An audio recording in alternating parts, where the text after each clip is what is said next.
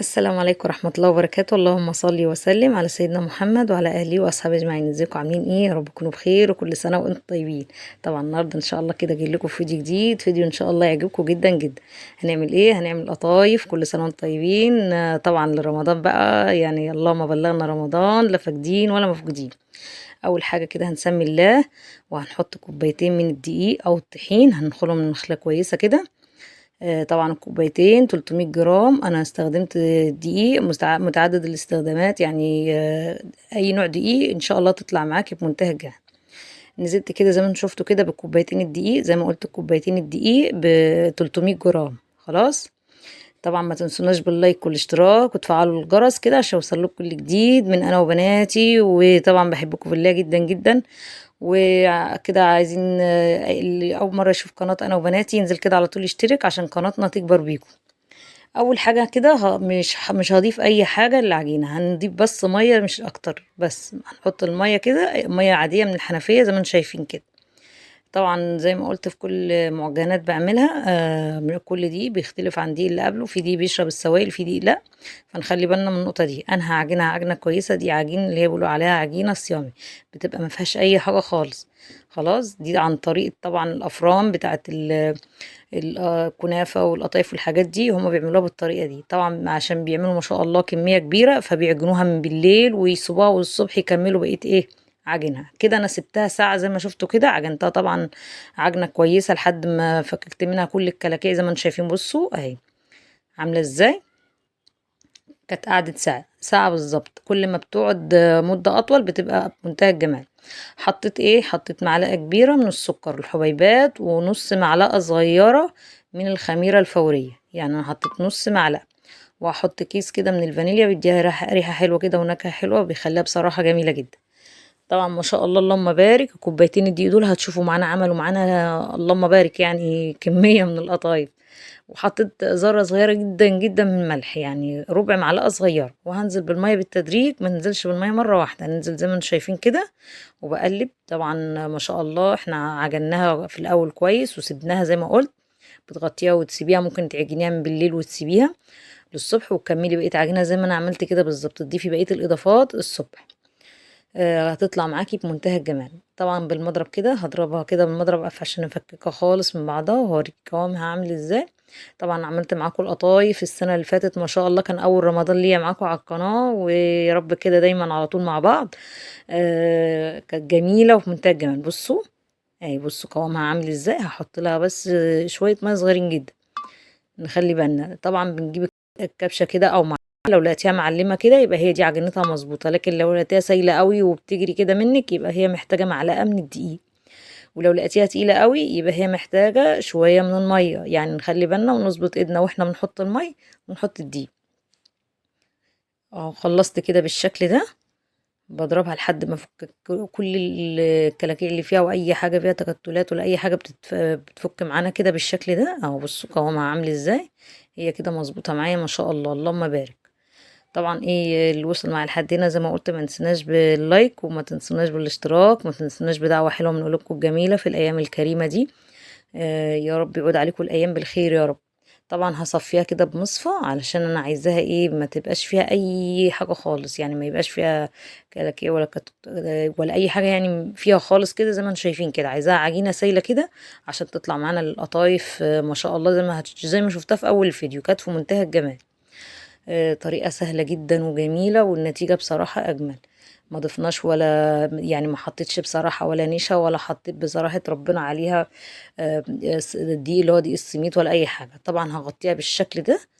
غطيتها ورق استريتش وفوطة كده وهسيبها. هتقعد قد ايه معانا تخمر؟ هتقعد بالظبط نص ساعة، يعني 30 دقيقة. هتعدي على ايديكي 30 دقيقة وتشتغلي فيها على طول. هنا بقى هنعمل السيرب او الشربات او العسل زي ما بتقولوا في اي بلد في اي محافظة. هحط كوبايتين من السكر، واحط زيهم كوبايتين من المية. طبعا ما شاء الله انا كنت عايزة برضو يعني ايه السيرب كتير، لان يعني انا كمان شفتها دي انا ما شاء الله يعني هعمل كمان شوية تاني زيهم. فالمهم حطيت ايه كوبايتين من السكر وكوبايتين من المية، وحطيت نص عصرة ليمونة. وهحط كيس باكت كده من الفانيليا، وهرفعه على النار لمدة 10 دقايق. هيبقى ما شاء الله جاهز معانا، وهيبقى بمنتهى الجمال. طبعا بنجهز السيرب او الشربات او العسل قبليها، لا اما بيوم لا قبليها بشويه، لان هي بتبقى لازم حاجه من الاتنين سخنه. اي حاجه بتعمليها حلويات لازم لا اما العسل سخن او الحاجه سخنه، لا يعني اي حاجه من الاتنين سخنه، الاتنين سخنين مع بعض ما ينفعش. هنا كانت قعدت بقى زي ما قلت لكم 30 دقيقه بالظبط اهو زي ما قلنا اهو. طبعا اخر حاجه بقى مكون هنحطه معانا هي معلقه صغيره من البيكنج باودر، دي بنحطها الاخر خالص بعد ما بتخمر كمان معايا اهو بالشكل ده. هتخليها هشه وهتخليها ما شاء الله بمنتهى الجمال. طبعا القطايف في كذا طريقه ليها، وانا عملتها بطريقه السنه اللي فاتت غير الطريقه دي، وفي طريقه برضو تالتة برضو ان شاء الله برضو هعملها لكم، اللي حابب اي طريقه يعملها. طبعا هنا انا عندي كوبايه كده بوز عشان اصب بيها على طول، بتبقى اسهل بصراحه من القمع ومن الكبشه ومن الحاجات دي، بصراحه بتسهل عليا الصب على طول. هاجي هنا بقى حطيت طاسه على النار، تيفال جرانيك سيراميك اي حاجه تحطيها على النار على نار هاديه، وتصبي كده على طول هتطلع بسم الله ما شاء الله، هتشوفوها معايا اللهم بارك. بصوا اول ما احس ان البيض ده كله راح وعملت فقاقيع كده صغنونه خالص زي ما انتم شايفين كده. طيب لو هي وانتي بتصبيها كده ولقيتيها الفقاقيع بتاعتها كبيره قوي وواسعه كده وما شاء الله يعني اللهم بارك كده واسعه معاكي، بصوا ما شاء الله اللهم بارك. طبعا هنهدي النار، انا الطاسه سخنت مني بس انا اوطيها تاني، هوطي العين عليها خالص. انا عايزاها النار زي ما قلت هاديه، تطلع عرام ما يبقاش احمر قوي عشان ما تحمرش مني واحنا ايه بنقليها في الزيت. كام واحده الاولانيين دول، لكن هوريكم برضو القطايف في الاخر بعد ما اخلص. زي ما قلت كنا بنقول ان الفقاقيع دي اللي هي الخرام اللي انتوا شايفينها دي لو بقت واسعه او كبيره كده وغويطه لتحت، اعرفي ان ايه القطايف خمرت منك قوي، فاضربيها ضربه كده في الخلاط او بالمضرب وارجعي صبي، يعني كل ما تيجي تصبي كده. وطبعا ايدك في اول واحده مش هتظبط، لكن بعد كده هتظبط معاكي وهتطلع في منتهى الجمال. انا بصراحه ما بشتريش قطايف خالص من بره، بنعملها على طول اللهم بارك سواء رمضان او غير رمضان، بصراحه بالطريقه اللي انا قلت لكم عليها الاولانيه وبالطريقه دي، يعني كذا طريقه وكل الطريقات بصراحه بمنتهى الجمال وناجحين.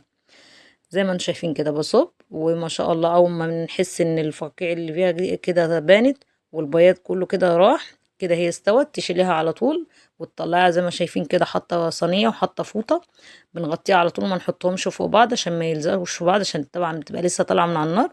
هبقى اكمل بقى بقيه الكميه وايه ونرجع مع بعض نوريكم القطايف الجميله ما شاء الله اللهم بارك. بصوا بسم الله ما شاء الله عامله زي القطنيه كده، هشه وخفيفه وحاجه جميله في منتهى الجمال. بسم الله ما شاء الله اللهم بارك. بصوا لونها وجمالها، حتى الفتحات اللي فيها اللي هي الخرام دي مش واسعه زياده عن اللازم، زي ما انتم شايفينها كلها مسوى بعضها.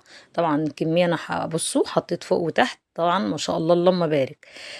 يعني بألف هنا وشفا اللي كل. طبعا الحشوه دي على حسب رغبتك، لو انت حابه تحشيها لحمه هتعمليها باللحمه المفرومه عادي، بس مش هتحطي وانت بتعجني العجينه مش هتحطي ايه فانيليا. انا هنا بصراحه حطيت سوداني مجروش وحطيت زبيب وجوز الهند. طبعا عايزه اقول لكم بصراحه ما عنديش حد بيحب الحاجات دي خالص، يعني محدش بياكل مكسرات نهائي. عيالي والله بكلمكم بجد بيحبوها محشية كنافة، وكنافة كمان نية، مش ان انا احمرها وحشي لا. طبعا كنت هحشي معاكم كنافة بس معلش الحتة دي ما اتصورتش، هوريكم في الاخر بعد ما عملتها اللي هي بالكنافة. عيالي مش بيحبوا بصراحة المكسرات ودي احسن حاجة والله الحمد لله. بحبكم في الله جدا جدا والله، وبحب اتكلم معاكم، وطبعا ربنا يبلغنا رمضان يا رب، لا فاقدين ولا مفقودين يا رب. هنا كنت بشوفته كده بحشي وبتقفل معايا بكل سهولة، وبشوكة كده بعمل بس بديها شكل مش اكتر. بصوا جمالها جميلة جدا اللهم بارك، لونها حلو جدا مش مستوية او من تحت يعني حاجة ما شاء الله، يعني مش قادرة اقول لكم على جمالها. حطيت طبعا طاسة على النار وهنقلي بقى ايه القطايف الجميلة بتاعتنا. طبعا حابة اشكركم كل اللي دخل جديد في قناتي المتواضعة، بشكره جدا جدا من قلبي، ويا رب كده دايما على طول ومكملين مع بعض، واي حد عايز اي حاجة يكتب لي في التعليقات وان شاء الله احنا مكملين مع بعض. وطبعا كل فيديو انا بقول لك كل سنة وانتم طيبين، معلش بقى ايام جميلة وايام مفترجة. وطبعا كل فيديو بقول لكم ربنا يبلغنا رمضان لا فاقدين ولا مفقودين يا رب. طبعا والله يعني بطلب منكم بصراحة فضلا وليس أمرا. بصوا زي ما شفتوا، بصوا لونها عامل ازاي في منتهى الجمال اللهم بارك. نزلت على طول زي ما شفتوا، شلتها في طبق وبعد كده حطيتها في السيرب أو العسل أو الشربات كده بالشكل ده. هو بارد خالص وهي سخنة. بصوا حط طبعا على الوش كده شوية مكسرات سوداني يعني كده. ده الطبق ده بقى اللي انا عاملاه بالكنافة، اللي ما شاء الله عايزة اقول لكم جميلة جدا، مقرمشة مش شاربة زيت، في منتهى الجمال. بحبكم في الله جدا جدا. بصوا قلبها من جوه عامل ازاي، في منتهى الجمال. بتمنى فعلا تجربوها، ان شاء الله هتعجبكم. طبعا كنت بقول لكم كل فيديو بقول لكم اللهم بلغنا رمضان لا فاقدين ولا مفقودين. طبعا والله بتمنى منكم من كل قلبي تدعوا كده لوالدي بالرحمة والمغفرة في الأيام الجميلة دي. أول رمضان لينا كده من غير والدي الله يرحمه، هو أمة المسلمين.